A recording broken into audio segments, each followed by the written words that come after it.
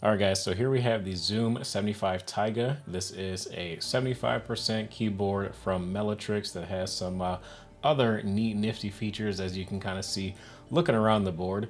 We do have this nice LCD screen here as well. Cool startup animation, and you can flick through the pages with a couple quick, put some GIFs on there. Currently, I can't put my own GIFs on there. They do have a tool that's going to be releasing that's going to help you like change the firmware, add your own custom GIFs and all that stuff. And this screen is actually quite nice. I know my camera is kind of blowing out a little bit, but it actually is an IPS screen and it gets super bright as well. But I have a camera and an overhead light, and it's really not helping the situation for this board to look its best. But this thing does have a really nice design. On top, as far as the keycaps, these are double shot PBT keycaps from Wuche Studios, white on black. And these are not included with the purchase. They will be having a group buy for the Zoom75 TIGA from November 4th until November 18th.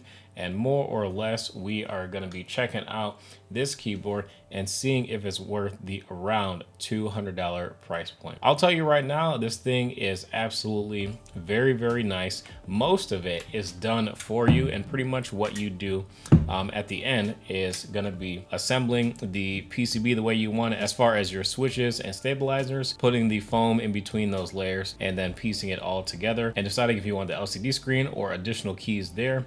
The volume knob is here as well. My only gripe with the volume knob is that it doesn't work wireless. I've only gotten it to work wired, so hopefully that's something they can change at some point. But yes, this keyboard, as you guys can tell, I do not have it plugged in, is 2.4 gigahertz wireless running at 1000 hertz polling rate. So if you do want to use this for gaming, you absolutely can, and I haven't had any issues using this for gaming.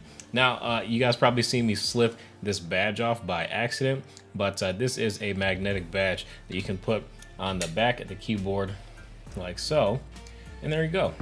The USB-C port is right here, and the cool part about this keyboard is that it's actually a force break keyboard. So to pull it off, let's see here, let's go ahead and disassemble this real quick. So you have some pins here that are connecting that LCD screen and the volume knob, and then you also have some other pins that connect to the force brake system that keeps the top case in place with the bottom case. Now this is currently still running, but there is another magnetic element here. So here, connecting to the daughter board, and then we have the main board here with a ribbon cable, and then we have a couple other ribbon cables here for the other components. But basically all of this part of the keyboard comes done for you, and what you're assembling is this middle piece here. So this should take you approximately an hour, and there are a few different configurations that you can do as well. It does come with these Wuche Studio stabilizers as well, and some people did complain about these just because they are a little bit different in terms of the way that you have to take them apart. Like, you kind of have to slide it off a little bit, but just don't be lazy like I was. I was a bit rusty when I was building this keyboard because I haven't built a keyboard from scratch in about like a year. And this one was mostly together, but I did have to, you know, lube the stabilizers, put them in the board and all that stuff. And it did work out pretty well, but I could have did a little bit extra work on the space bar. So just keep that in mind. Don't be lazy when it comes to lubing your stabilizers. Just go ahead and go the extra mile. Do it right the first time so you don't have to pull it apart, because I would love to fix the space bar and make it like absolutely perfect. It's definitely tolerable, but I wouldn't say that it's my best work. Now, we do have the FR4 plate. We have the standard classic foam in between, and then we also have more neoprene-ish classic foam on the bottom as well. And then they do also have pour-on foam options, and then another foam that's kind of like a what is it, like a cork board or something. It's very interesting. For the switches, we have gone with the Kinetic Labs Hippo switches. These are light tactile switches. And then to piece this thing back together, like I said, with the bottom case, magnetic cable here. So all we will do is kind of line this up just a little bit, real easy. And there we go, our RGB is back online. We line up these two pieces here on the side, and more or less, that's it. We're gonna put the top case back on, and we will be back in business. Before I do, take a close look at the metallic flake job on this this black case. This is a black color variant. It does have black, and instead of white, it's like a very soft pink. But the best part about it is this little shimmering element that they have to the black paint. There we are. Now, the only other complaint that I have other than the stabilizers being, gotta do some actual work to them, and that's more of an effort thing, not necessarily a functionality thing. Functionality wise, if your keyboard is basically, hooked up for the first time, for some reason, the LCD does not show up when you kind of piece everything back together and then try to use it in its wireless mode. You basically have to let it go to sleep until it gets deep sleep state, and then once it comes out of its deep sleep state, then the display starts to work again while it's wireless. So I did notice that. That's kind of weird. Not that I'm looking at my keyboard display while I'm using it, but since that's one of the novel things, just thought that I would mention that to you guys so you don't think that your unit is broken. I do hope that that's something that they fix with firmware or something. That would be great. Now we also have the workaround, which is to plug in the keyboard, and that will bring the display alive. In terms of the sound of the keyboard, I do like it. It's very, very deep, but it's got a little bit of clack to it as well. And it's not an overly bouncy or trampoline-y feeling keyboard either. And for $200, that's not really the price range that you're gonna get something like that. So don't expect this to be a super bouncy typing feel. It's pretty stiff, but in a good way. And I would call this a very solid keyboard experience. And quite frankly, I paid significantly more money for keyboards, $500-600. That I'm sad to admit.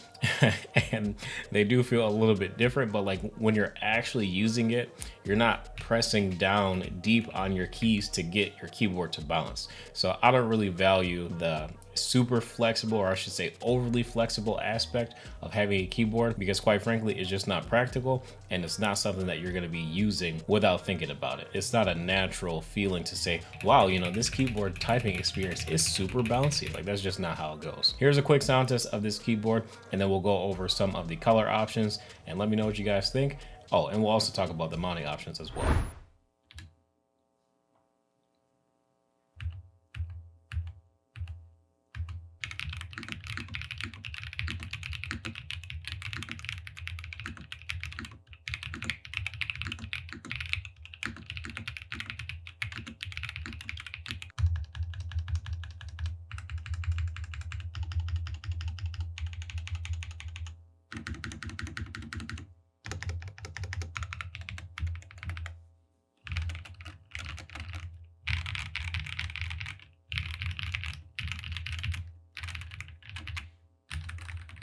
So here we have the different mounting options for the Zoom75 TIGA. The mounting option that we decided to do was the elastic bar silicone mounting. And basically all that is on your PCB, you will insert these little elastic bar mounts, and then that will give you a somewhat softer typing experience that is more or less just a different version of gasket mounting. And there are basically 3 different styles of gasket mounting that you can do, with having either the split O-ring mount, the elastic bar gel mount, or the silica gel mount. But if you do top mount, that's going to be the most rigid version of the mounting.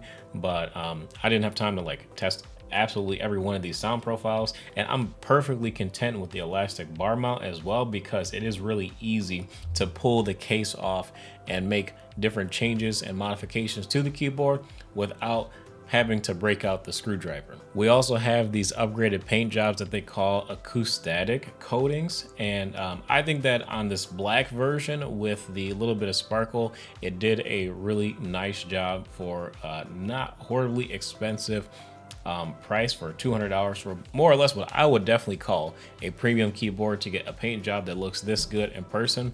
Like, I'm thoroughly impressed with the black, and I hope that it will show on the thumbnail that I shoot for this to show that little bit of shimmer. But I'm pretty sure that the other colors, just like this one that we have on screen, are gonna look absolutely incredible, and everything just looks so nice. I'm really proud of what Meletrix has done with this keyboard. As you can see, the flexibility by having either the display or another badge, or to have additional keys that you can get more functionality or aesthetics out of this keyboard for the price is quite good. And here's just a quick look at some of the available colors. but they absolutely have a ton of different colors. They are going to have different versions of these screens as well, in terms of like the themes and the information that they will show and all that stuff. And you'll be able to add your own custom GIFs in 60 FPS to use on your keyboard as well. Now they also have these other parts of the product lineup, like they have like a Lego thing coming, and then they also have a number pad coming as well that will be part of the group buy, but they just told me that they didn't have samples available for the number pad. But I do think that that would be actually quite useful if you were to use this as a productivity keyboard and have that number pad, because I definitely do use a number pad at work. But basically, just looking at this exploded view of this board, you can definitely see the intense amount of thought and design work that had to go into place to make something like this. And then to go ahead and make it affordable at a reasonable price of $200, I think is absolutely fantastic. And then taking a look at the different colors, we have the different colorways here. And I think that all of these look super cool. The black is quite nice.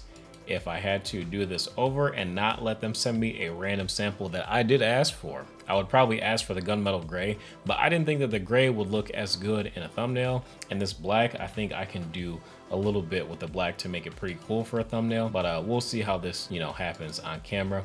But all of these colors are super sick. Like this scarlet red is a super deep red with the gray accents as well. And if you have a keycap set that matches that, I think that would be absolutely perfect.